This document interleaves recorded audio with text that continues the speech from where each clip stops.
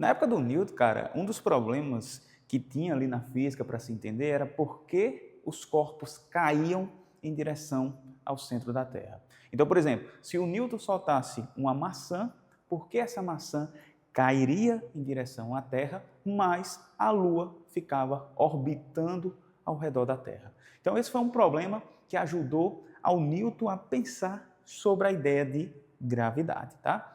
A gente sabe que o Newton solucionou esse problema. Afinal, ele chamou isso de gravitação universal. A ideia do Newton era o seguinte, cara: o que mantém os corpos aqui na Terra caindo e o que faz a órbita da Lua, né, o que deixa a Lua presa, não cai em direção ao centro da Terra, nada mais é do que uma velocidade de translação que a Lua tem. Como assim? Quando eu pego uma maçã e solto ela, ela está parada aqui em repouso, eu solto, a Terra atrai ela através de uma força chamada força gravitacional. A Lua, pelo contrário, não. A gente não pegou e soltou a Lua aqui. Ela tem uma velocidade. E por causa dessa velocidade, ela mantém essa órbita ao redor da Terra. Então, Newton provou que o que acontece aqui na Terra acontece no espaço. E a partir de então, a gente deixou de ter dois universos para ter apenas um único verso, que a gente chama hoje de universo. Então, as leis físicas que governam uma maçã caindo e um planeta, uma lua em órbita, são as mesmas. Essa foi a grande contribuição do Newton na gravitação. E a ideia dele foi bem simples, cara. Ele pensou o seguinte: se a gente subir numa montanha muito alta mesmo, e lançar um objeto com uma certa velocidade, tá? Esse objeto ele vai percorrer uma certa distância, mas ele vai cair em algum ponto aqui na Terra. Pega esse giz, joga ele vai andar um pouquinho e vai cair. O que Newton percebeu foi o seguinte: e se eu jogasse esse objeto com uma velocidade maior? Bom, se a gente joga com uma velocidade maior, ele vai andar uma distância maior, mas ele ainda vai cair em direção à Terra. Então Newton concluiu o seguinte: cara, deve ter uma velocidade que eu jogue esse objeto com tal velocidade que ele não caia, não dê tempo dele cair, ou seja, ele vai começar a dar uma volta, ele entra no que a gente chama de órbita.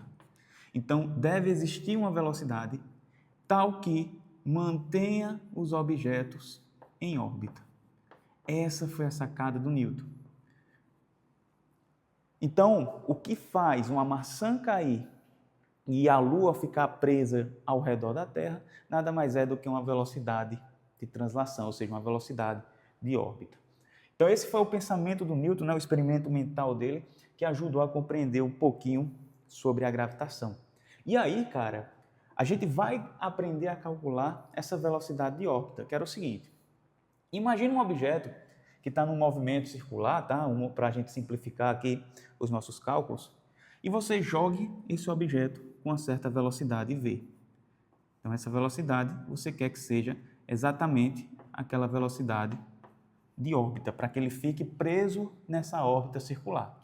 E se é uma órbita circular, ele tem um raio para definir aqui essa circunferência, tá? Qual é a tendência natural do movimento? Pô, a tendência natural era esse cara seguir um caminho linear, né? Por inércia, não tem ninguém aqui agindo sobre ele se o movimento for retilíneo, a tendência é seguir um caminho retilíneo com velocidade uniforme, tranquilo? Só que o que a gente percebe é que, em vez desse objeto vir parar nesse ponto, na verdade, ele vem para cá.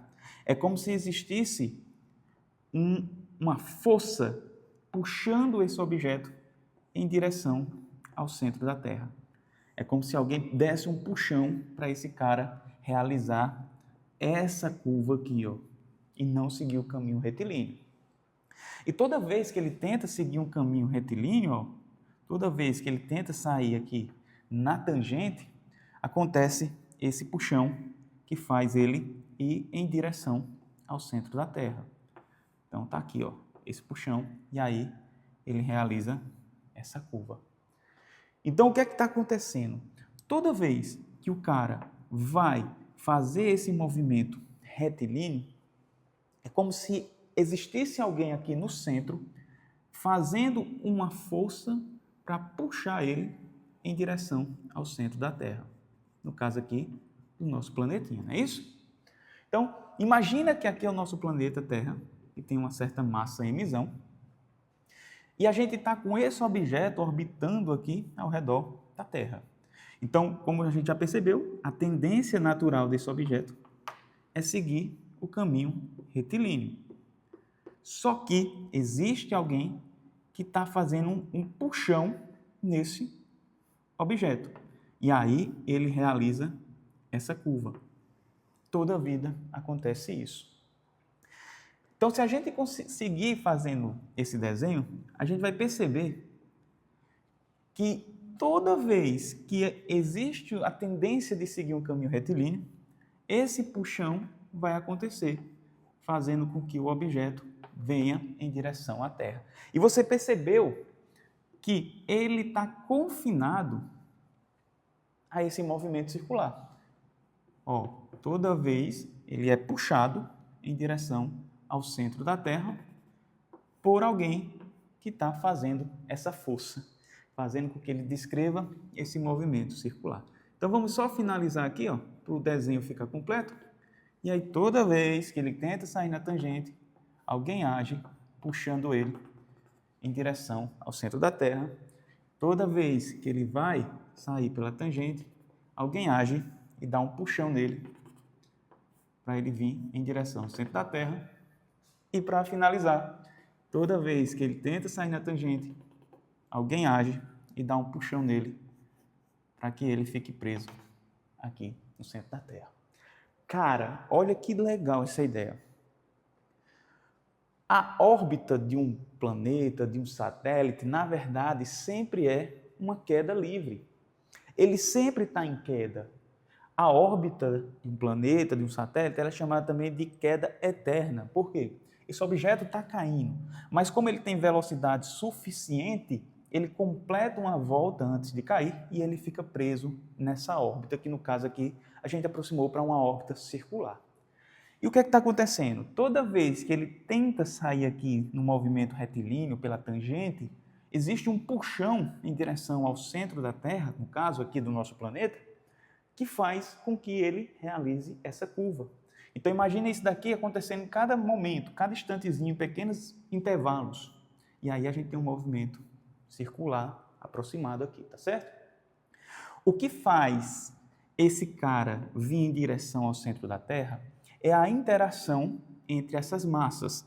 A massa do nosso satélite, Mzinho, e a massa da Terra. Porque a gente sabe que existe aqui, então, uma força de atração gravitacional, certo? Então, é a força gravitacional que está interagindo aqui, né, sobre essas duas massas. E a gente sabe calcular a força gravitacional. Força gravitacional, pela lei universal de Newton, né, é a constante mzinho sobre a distância ao quadrado. No caso aqui, seria o raio da órbita, né, R0. Só que perceba, se o movimento é circular, a gente estudou que deve ter uma força resultante centrípeta que aponta para o centro de curvatura. Então, se existe um movimento circular, existe uma força centrípeta que é calculada como sendo massa do objeto, velocidade ao quadrado, sobre o raio. Nesse caso, a velocidade é a velocidade de órbita e o raio é o raio de órbita. E o que é que a gente está percebendo, cara? Que nessa situação, a força centrípeta, a força resultante centrípeta, nada mais é do que a gravitacional, porque só tem ela agindo sobre essa massinha. Então, ela é a própria resultante centrípeta. Então, daqui a gente tira aqui, a força resultante centrípeta é a própria força gravitacional. Os módulos aqui, né, são iguais.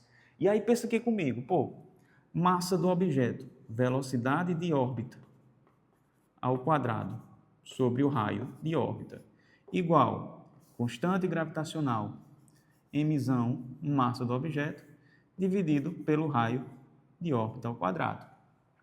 Aqui a gente já percebe uma coisa, ó.